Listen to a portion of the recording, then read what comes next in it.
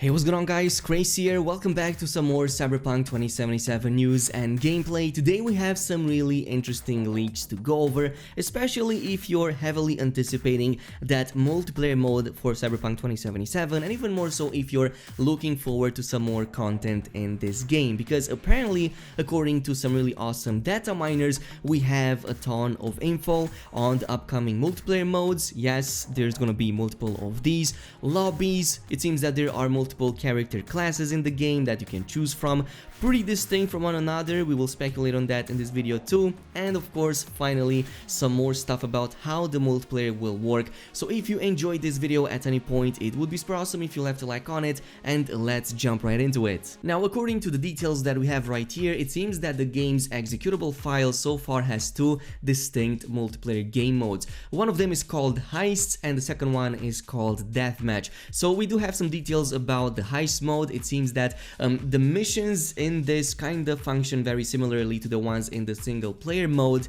but with the exception that from what I'm seeing, there's a lobby as well as the possibility for other players to naturally also kind of join in on the same heist mission with you. It also seems that there are a number of character, at very least classes, from what this string of information right here implies. So we have a solo class, an assassin, a netrunner, and finally the techie, which I'm assuming they all kind of base themselves around the skill trees that already exist in the game, where the netrunner would probably be intelligence, techie would be more technical ability, assassin somewhere along the lines of maybe cool with reflex, and then solo with the body stat, and probably a mix of others in there too, since yeah, the solo is kind of like a also really close to an assassin, but not really. It's more like a hitman, so to speak, so probably a little bit more into body. But we do have some dialogues over here, so waiting for players, waiting for additional players is another entry, and there's also a few entries for respawning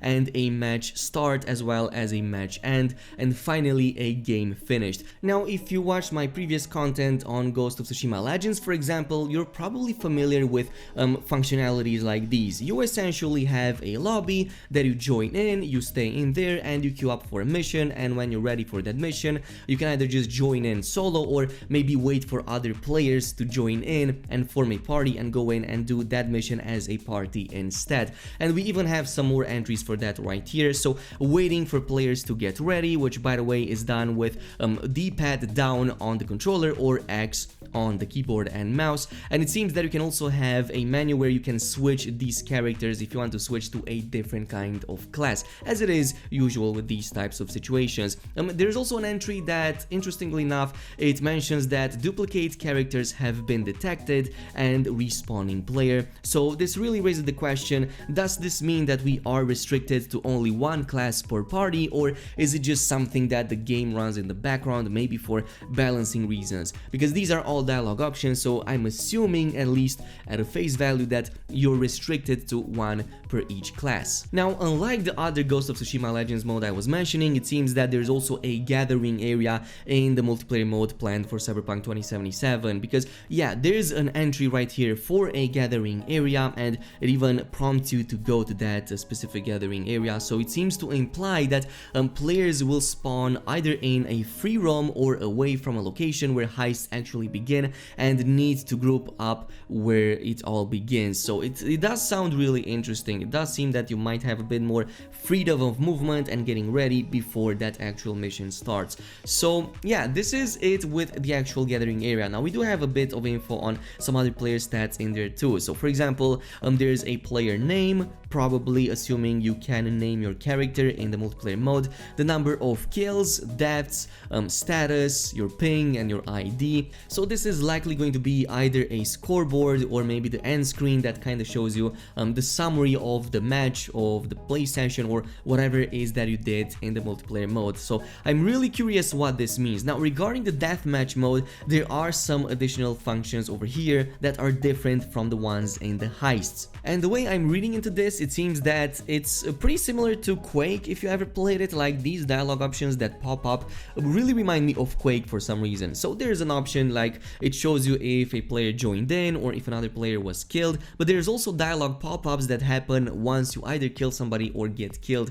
So you sent yourself directly to hell, please don't come back is one of the responses, or wow, you killed yourself, bravo. This is another one. Of course, a ton of sarcasm over there and a ton more dialogue options that yeah, kind of take the killer's name into account. So if you kill somebody, their name is going to be displayed over there, like you sent that person directly to hell, which again reminds me of Unreal Tournament and Quake quite a bit, but probably MOBAs too, since MOBAs do that as well. So really interesting over here. Of course, according to the article, furthermore, the game may rely on peer-to-peer connection and may not have dedicated servers. Going by the scraps, it seems that the game targets purely peer-to-peer connection with some host authority. Again, things may change. We are not saying that Cyberpunk 2077 won't have dedicated servers. However, the executable file currently hints at a P2P connection. Of course, CD Projekt Red is currently working on the first free DLC, according to the info that we already have at hand, for Cyberpunk 2077, sometimes early in 2021. But again, free DLC, in terms of CD Projekt Red, it probably means just a few items here and there or something a little bit less substantial, and maybe their paid expansions are going to be the ones that are a lot more extensive. But yeah, it actually sounds pretty interesting. It actually sounds really close to Ghost of Tsushima Legends, as I've said. Again, that was a really amazing mode that, unlike the single player campaign, well, in that case, Sucker Punch took in a ton of liberty when it came to the story that they told, the types of characters they added in, and the freedom that they took with the abilities and everything else regarding that game mode. So I'm really curious to see what CD Projekt Red does with the multiplayer mode in Cyberpunk 2077, because I'm pretty sure that they might go in and do something a little bit more different now that they saw the huge success Legends mode had in Ghost of Tsushima. The difference is that Ghost of Tsushima by default was already an amazing experience and did not suffer from any of the problems that Cyberpunk right now is suffering from, so I'm just gonna leave it at that. In the meantime, just keep in mind that this is probably going to be a pretty long shot. It's probably not going to drop in the near future. From the previous videos we've covered, I think that this was planned for January, but it might be that it's going to get delayed quite a bit. So let me know down below, are you excited for a single player mode in Cyberpunk 2077? I would really love to know your input on that. And also tell me, what do you think these 4 classes represent in Cyberpunk, like the solo, the assassin, the netrunner, and the techie? Do you think that the specs that we've covered earlier in the video fit that, or did you have different kinds of stats in mind? Let me know down below. As always, if you enjoyed this video at any point, it would be super awesome if you also subscribed and activated that notification bell, and I'll see you guys in the next one.